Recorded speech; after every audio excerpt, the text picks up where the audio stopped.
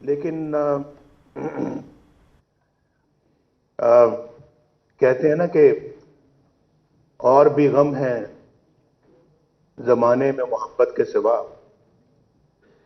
تو جب چاروں طرف ملک کے اوپر نظر ڈالتا ہوں تو دل بڑا غمگین ہوتا ہے. دکھ اور تکلیفیں محسوس کرتا ہوں. ہم کیا کہاں جا رہے تھے اور آج کہاں ہیں اور کدھر جا رہے ہیں. ایک زمین آسمان کا فرق دیکھتا ہوں میں. مجھے سمجھ نہیں آتی کہ آنن فانن ایسا کیوں کر ہو گیا. کتنے خوشحال تھے لوگ 2018 تک. ہماری حکومت 2013 سے لے کے 2018 تک رہی ہے. اور میں آپ کی دعاؤں سے، اللہ تعالیٰ کے فضل و کرم سے اور آپ کی سپورٹ سے میں 2013 سے لے کے 2017 تک میں وزیر اعظم رہا. اور بھرپور طریقے سے میں نے اور میری ٹیم نے جو یہاں پر بیٹھی ہوئی ہے اور جو یہاں پر اس وقت موجود نہیں ہے، مثلا شہباز شریف صاحب جو اس وقت جیل میں ہے، ناکردہ گناہوں کی سزا میں جیل میں ہے، یعنی محنت کر کے خدمت کر کے پاکستان کا نقشہ بدل رہے تھے. بھائی یہ سب چیزیں جو ہیں یہ تاریخ کی بات ہے. کوئی میں زبانی جمع خرچ نہیں کر رہا، یہ لفاظی نہیں ہے. آپ نے خود مشاہدہ کیا ہے ہمارے کاموں کا اور ہماری حکومت کا. ہمارے اللہ کے فضل و کرم سے جو ہم نے کارنامے کیے ہیں ملک میں، ہم نے تو ہر سیکٹر میں کیے ہیں. یہ اللہ کا خاص کرم ہے. اور مجھے بھی کئی دفعہ سمجھ نہیں آتی کہ الحمدللہ ان 4 سالوں میں بھائی 3-4 سالوں میں اتنے منصوبے اللہ نے ہم سے لگوا دیے کہ بجلی بھی آ گئی، دہشت گردی بھی ختم ہو گئی، اکانومی بھی آسمان کی طرف جانا شروع ہو گئی، غربت کا خاتمہ ہو رہا تھا، سوئی گیس بھی آ گئی، یعنی گیس بھی آ گئی، اور روزگار بھی لوگوں کو ملنا شروع ہو گیا. پاکستان G20 میں شامل ہونے کا منصوبہ بنا رہا تھا. G20 آپ کو معلوم ہے نا، دنیا کے 20 سب سے طاقتور ملکوں میں پاکستان نے شامل ہونا تھا. ایشین ٹائیگر تو ہم بن ہی چکے تھے اور اس طرف بڑھ رہے تھے. پورے ایشیا میں اللہ کے فضل و کرم سے ساؤتھ ایشیا میں ساؤتھ ایشیا کی بات کر رہا ہوں کہ ساؤتھ ایشیا میں ہم ایک یعنی کہ ٹائیگر کی حیثیت اختیار کر لی تھی. اور پھر اس طرف ہم بڑھ رہے تھے اور دنیا ایکنالج کر رہی تھی. دنیا بھر پاکستان کی ترقی کی تعریف کر رہی تھی. میں یہ اپنے منہ سے الفاظ نہیں کہہ رہا، آپ لوگ وٹنس ہیں، پوری قوم وٹنس ہے. اور پھر دنوں میں، ہفتوں میں، سالوں میں نہیں، جیسے یہ PRT پشاور کا منصوبہ جو پچھلے 6 سال سے ابھی تک پروان نہیں چڑھ سکا، اور آج بھی کہیں آگ لگ جاتی ہے، بسیں جل جاتی ہیں، چھتیں ٹوٹ جاتی ہیں، بلڈنگ ٹوٹ جاتی ہے، لفٹوں کو نقصان ہو جاتا ہے. اور کتنا پیسہ خرچہ ہے ہمارے 3 منصوبوں پر جو BRT کے منصوبے ہیں، لاہور، اسلام آباد، راولپنڈی اور ملتان، سب کو ملا لیں، ان تینوں سے زیادہ پشاور پہ خرچہ آیا ہے. میرا یہ اندازہ ہے، شاید کو 5-10% اوپر نیچے